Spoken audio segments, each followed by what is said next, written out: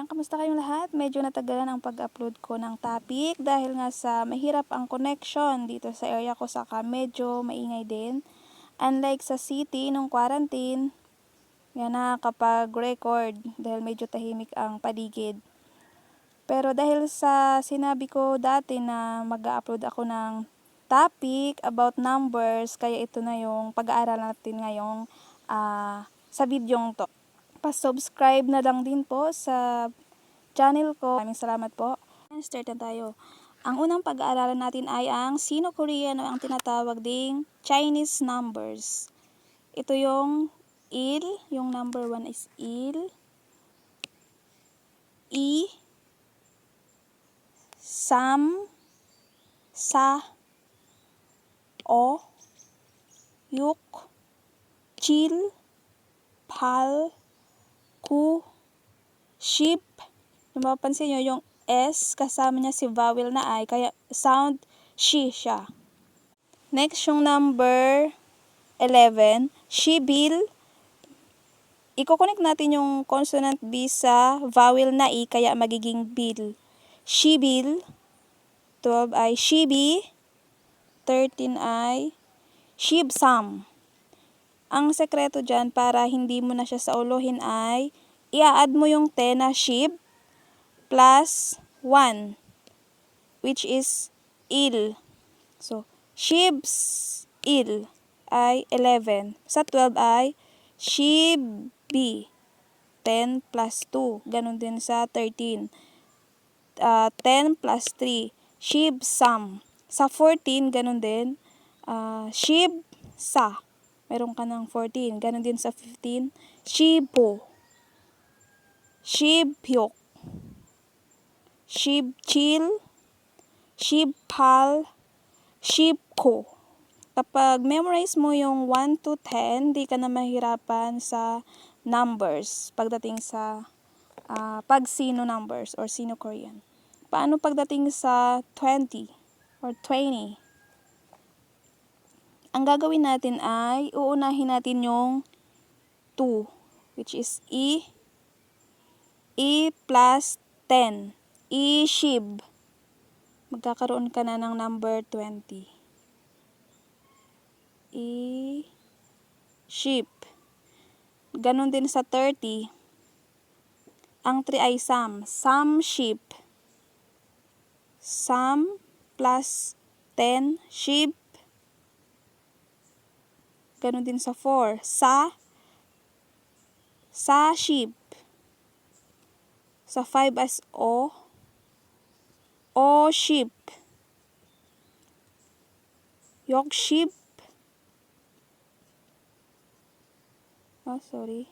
So, sa chil. Shib. 80 ay pal-shib.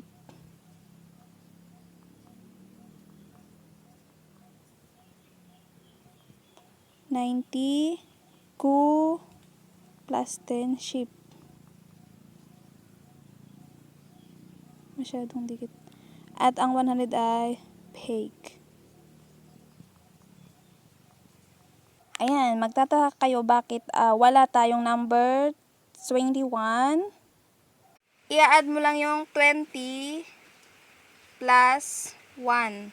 Yung 20 ay i-ship. Ito. I-ship plus 1, i-shibil. Kaya, ang 21 ay i-shibil. Yan na siya. Ganon din sa 22. I-shibi. Sa 31, sam-shibil. Sam-shibi. Para magkaroon ka ng 31, ganun din yung gagawin mo. 30 plus 1. Sam-shibil. Sam-shibi. Sam-shibsam. Sam-shibsa. 34. Sam-shibbu. Sam-shibyuk. 31 ay sa-shibil. Sa-shibi. Ang 42. 43. Sa-shibsam. 44 ay sa-shibsa. Sa Shibu, for 50 ay Ushib.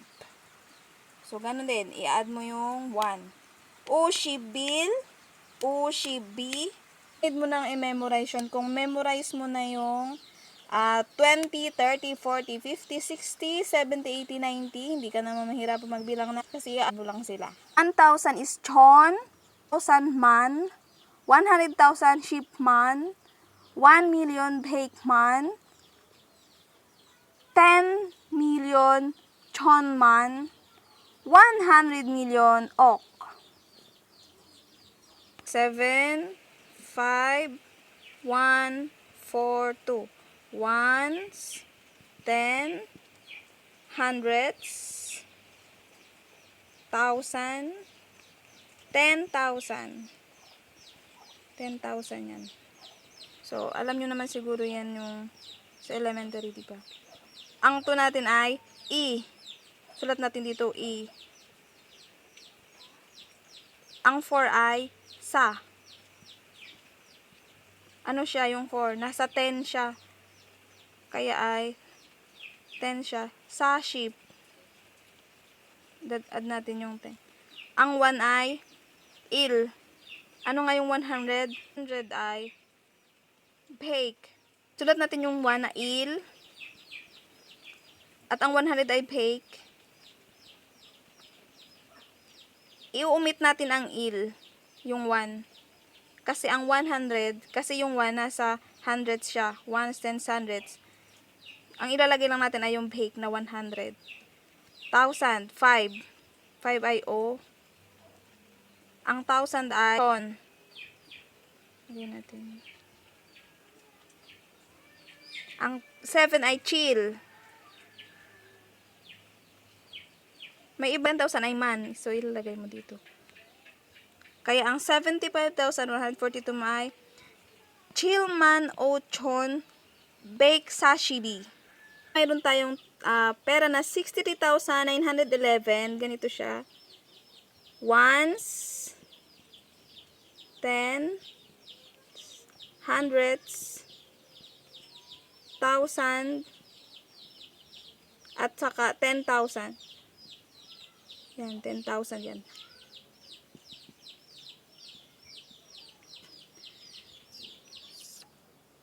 Mag-umpisa tayo sa ones.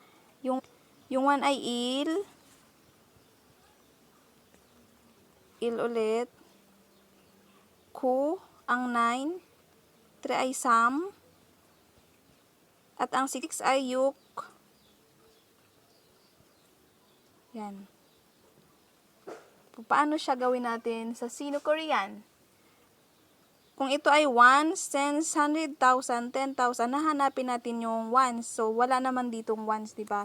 So, yung 1 ay il. Pagdating dito sa tens, yung number 10 natin ay sheep. Tinatanggal na natin yung 1 na il. Hindi na natin siya sinasama. Omitted na siya. Kung magiging sheep. Ang hundreds ay bake. Ilalagay mo siya sa tabi ng 9. At ang chon,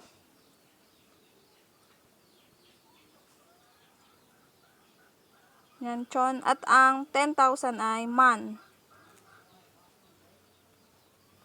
So, ang 63,911 sa Sino-Korean ay Yukman Samchon Kobake Shipil.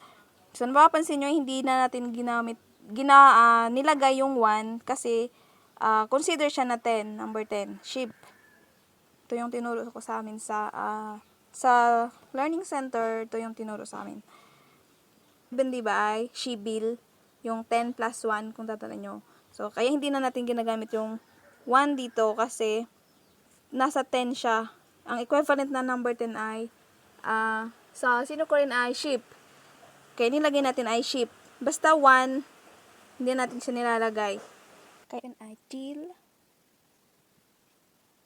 Tens ay il. Ang 8 ay pal. Ang 5 ay o. 4 ay sa. Ones, tens, 100,000, 10,000. Itatagtag natin yung ones. Dahil wala siyang ones. So, sa tens ay sheep. ika-cancel natin yung 1, yung il. Magiging shib. Hundreds ay bake. 1,000 ay man, chon. And 10,000 ay man. Kaya ang 45,817 ay saman o chon, pal, bake, shib, chill. Kinancel natin yung 1 kasi ang 10 ay ship. Hindi natin nilalagay yung 1. Ganun din pag nasa 1,000, ang nilalagay na lang natin ay chon. Sino-Korean ay ginagamit kapag nagbibilang tayo ng year, money, minutes, sa numbers, sa mga floors, buildings. Sino-Korean ang ginagamit.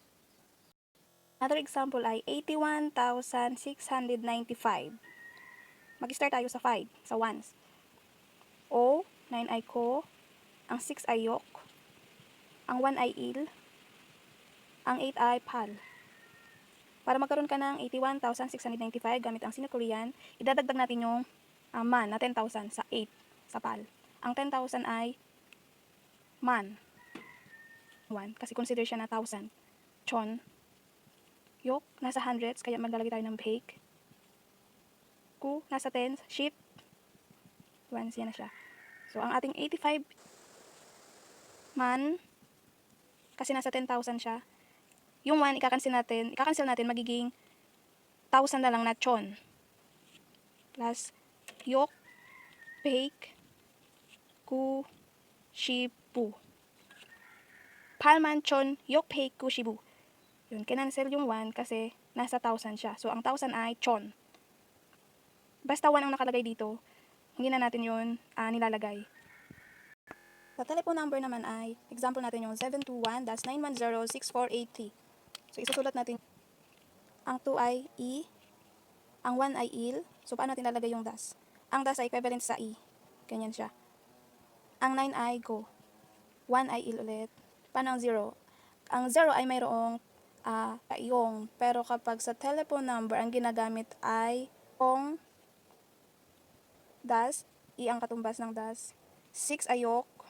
Ang 4 ay sa, pal, at sam. Yan. Chiri iri ko il kongi yok sa pal sam. Yan ang telephone number.